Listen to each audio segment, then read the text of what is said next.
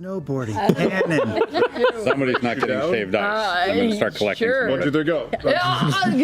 We're just running down the hill. We're racing because we ain't yeah. got shit. Run down an icy hill. Yeah. You don't have to roll for this. It's I mean, it's not an easy trek down. You're both eventually going in like waist-high snow, like having to grind through it. But But she's it's competitive. It is. Yeah, She's a we're monk, racing. and she's much faster than you. You don't know that. Yes, I do. It's on her character sheet. And so you get about halfway down the hill before you look up and notice that Bo's already at the bottom, like Sonic the Hedgehog, arms crossed, like tapping her foot. Yes, you do. It's on your character sheet. I lost my shoe. I know which one of us is single. No, I was curious about what's your business here? I mean, you all work with the assembly? Are you part of the assembly? Or? Are you secretly in love with me? No, she's drunk. She's drunk. No. You're a real confusing bunch already. We get that. We're independent contractors, Okay. Yeah. not Okay. associated with any group other than ourselves. All right. See, that's a level I can deal with. It's good to know.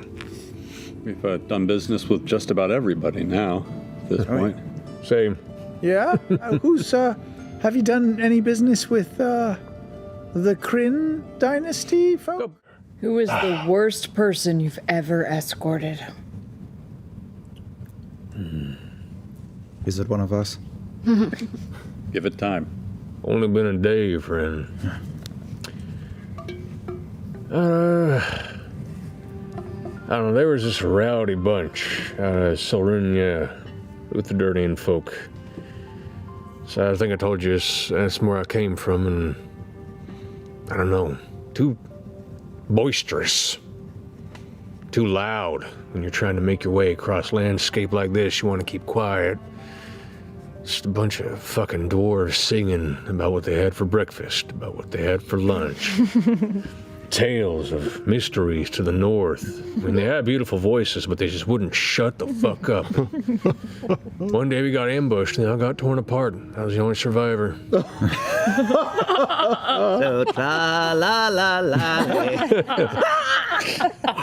I just feel bad for the poor halfling they dragged along.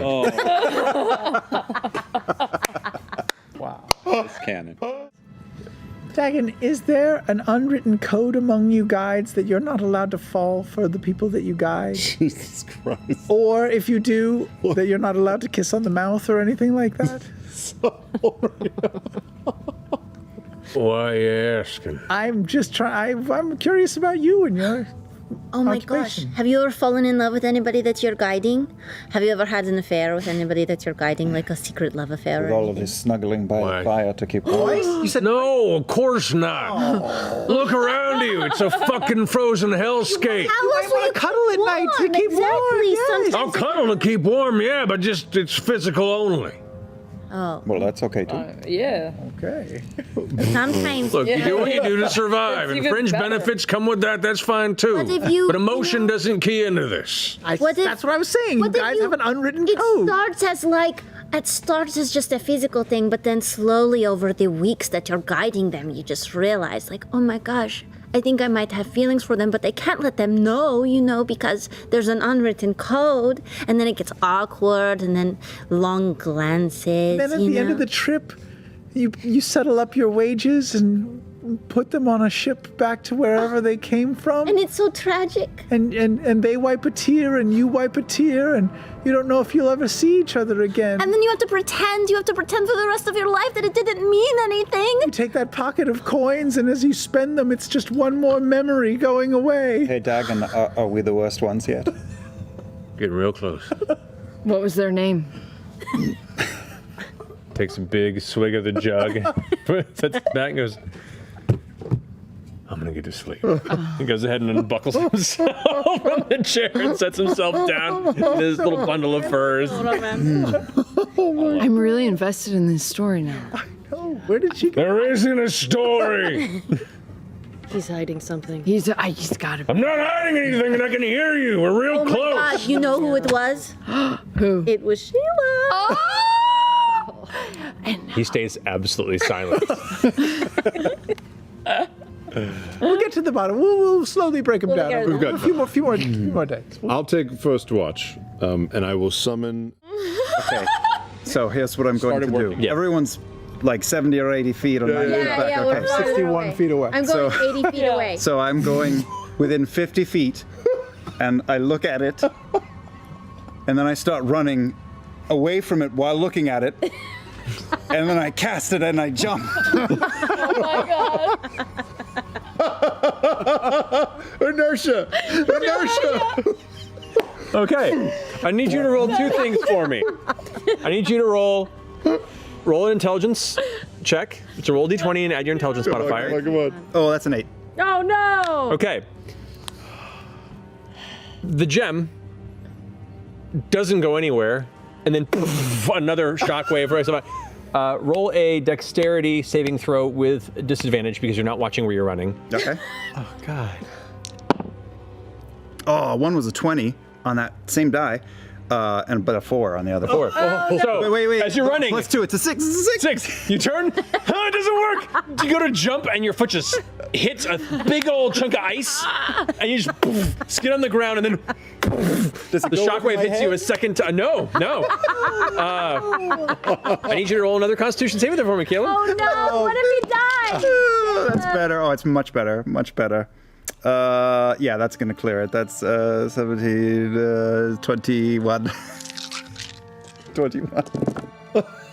We're gonna try one more time, right? We have to. We gotta get this thing. Okay, so you do succeed, which means you only take 24 points of necrotic damage. Okay. Yeah. okay? And then a minute after that, sorry, I forgot. As you get back up, the 27. the inside of your whole body just vibrating and pulsing with this deep set pain, like an aching bone bruise, but it's all over. Your eyes are bloodshot. Now the vessels in your eyes have in some places burst, and now the whites of your eyes are a deep red. All the veins in your neck are like bulging right now, and you hear Dagon go, "What's wrong with you?" But Caleb gets up and he takes his coat off in the cold, and he throws it down 70 feet away. Yeah, now it's a point of He pride. rolls up his sleeves. Let's go! Wait. Take your 27. No, I'm far away from it. Take your I'm 27 gonna enhance ability. and It won't work. No. New does not mean better. And I pull out catmint and I make cat's ire appear again, which goes 120 feet and is a lot stronger than telekinesis contested. And the hand flies out and grabs it and pulls from Okay. very far away. Okay. 80 feet away. Okay. 90 feet. Okay. 100 feet away. Okay. Go ahead and make I'm your. running backwards, and we all just keep up with him. We're like, what are you doing? I grab his coat. It has a Why? strength of 26. Okay, so go ahead and roll a d20 and then Plus add 8 according to the Correct. spell. Yeah, be a plus 8 Pass modifier. the flask to Yasha as I 26. watch. Woo! 26! 26. Yeah, just. The gem does not come free. Oh my god. And Doesn't come another energy pulse comes off of it, catching, thankfully, nobody in the radius. Tub is filling up. Reach in my pocket. Pull out the poem from Yasha. Oh, right. The what? The what? Poem. Oh, shit. Just stare at it for a moment. Oh, Bo. Well, whoa. Put it down. I stare at it for a little bit longer. Wait for my Chardonnay to show up. Chug my Chardonnay. Pick it up again. Open it. And I read the poem. okay. So, My brain swirls as I hear Yasha's voiceover in my head. So it's at the top of it, it's a whole paragraph that is crossed out and scraped. And you see some words like bow and abs, and shorn, and envelop, and things like that, and it's just crossed out. and underneath it, Bo. Yeah, this was a poem, but then I realized it was a dumb poem, and I can't write poetry. Sometimes I have an easier time when I put the pen to parchment, so here it goes. I've watched you. I don't mean that in a creepy way. I mean, I am a little bit of a creep, but I know that you know this by now. It takes me a minute to open up. So I watch, I observe, I take it all in as opposed to letting it all out. I guess the only time I let it all out is when I fight, which I'm not sure is the healthiest thing in the world. But here's some things that I've noticed about you. You're strong. You're a leader. You're really smart. You're really funny. You're honest, even if it hurts. But the thing that really gets me about you is that you love so fiercely.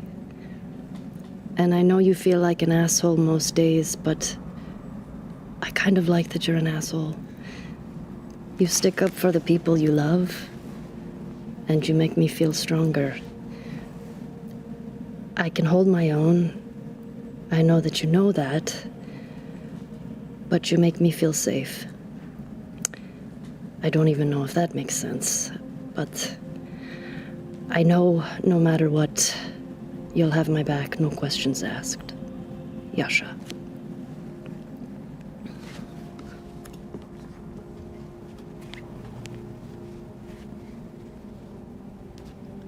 Good. Go fuck off, Fluffy. Leaves the cocoa behind. Thanks, Fluffy. Wipe away a few tears as I see them hit the paper. And I just sink into the tub until I'm underneath.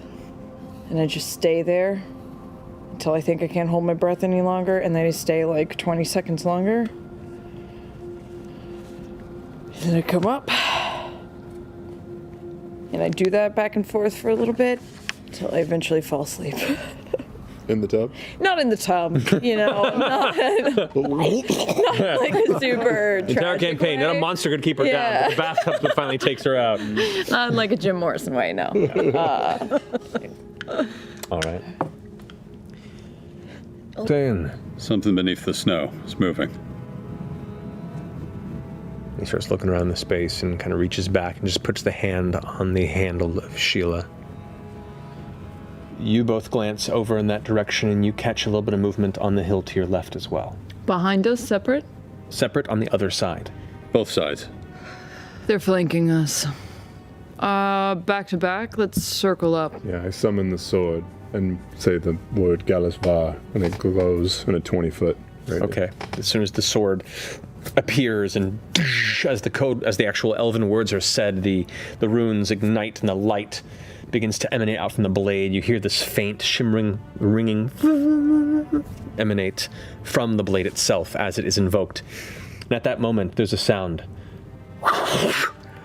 And you glance over in the direction of where you first saw it, and you see a movement, a large arcing movement, something white move, and then a shape begin to suddenly spread out over in your direction as a large net begins to descend in the direction. I need everybody to make a dexterity check. You both have advantage because you saw them. What? Oh, it's I have fucking... advantage, and then also Is it a check or a save? It's saving throw. Dexterity saving throw. 6. natural 6. 20. 7. 1, but I'll use the Ring of Evasion to succeed. Okay. 23. 19. 18. 30 total. All right. So, as the net descends, Caduceus and Beauregard, you reach out and grab whoever's nearest to you. You manage to pull Yasha aside as you dodge out of the way. Caleb, there's an sudden burst of arcane inspiration within you, and your body shifts faster than it normally does, and you pull out of the way. You rolled a 23. 23. You go ahead and just roll out of the way. Question. Ooh. What's your question? Is this considered a missile? Not in that way, no. Okay. Good call, though. This is a wide net. This is about 40 feet from end to end. Okay. However, the two of you, in trying to rush out, don't quite get far enough before it descends on you. Heavy, thick, coarse rope about that big around falls, only patches about that wide between each, and it's weighted at certain points where it feels heavy when it falls on you. As soon as it hits, you hear Giant. and you see rising from both sides, about 10 to 12 feet to the shoulder, these squat humanoid forms with thick, white, coarse hair across their bodies. Dull, gray, almost blue patches of skin beneath where their face and hands are. You can see bandoliers of leather. You've encountered creatures like this before. These are Yetis. Yeti. And you see them as they stand up, weapons at the hand, shouting as they crest the edge, and you see one stand up larger than all the rest. One hulking behemoth of a Yeti as it crests to the top of the hill, holding this giant, jagged-looking hook spear at the end, and just goes, and begins charging inward. And that, Okay, I'm gonna step up behind the big Yeti. The baguette. The baguette. Spaghetti. And I'm going to cast Spaghetti. Inflict Wounds Weak. at 5th level. okay, go for Do I it. get advantage because he's stunned? Yes, you do. I'm spaghetti.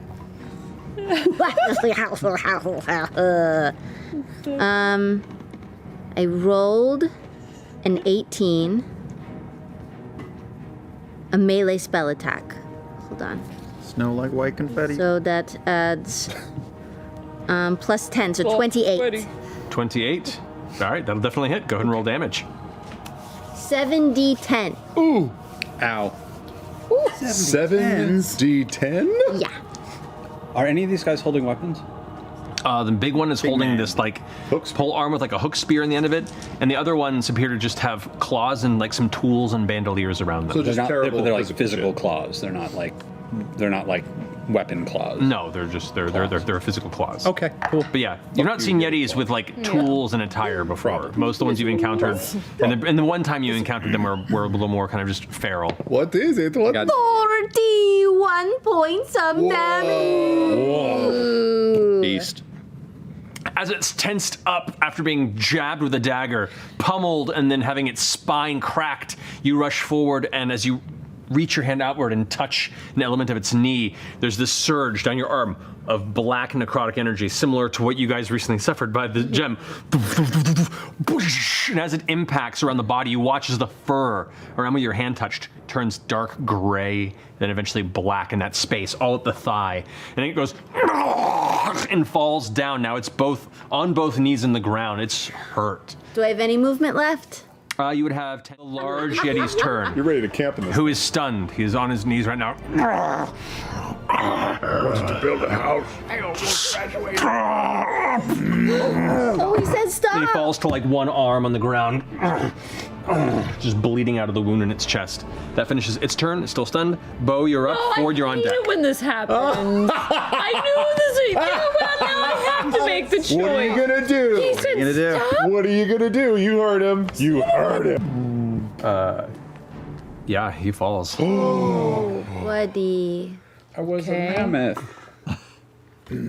As you just gore him with the horns, he's like waiting, and as soon as he turns to go ahead and try and defend himself, you gore him with the horns and lift him up off the ground. As they pull out, he falls to the ground, unconscious. We can heal.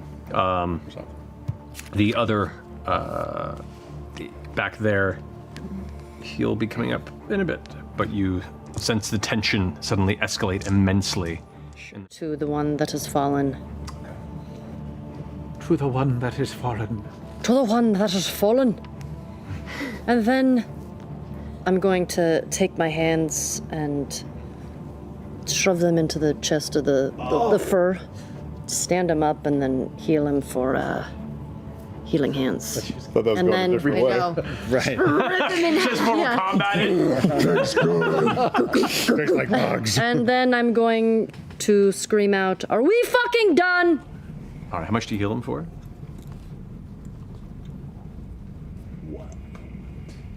Blade.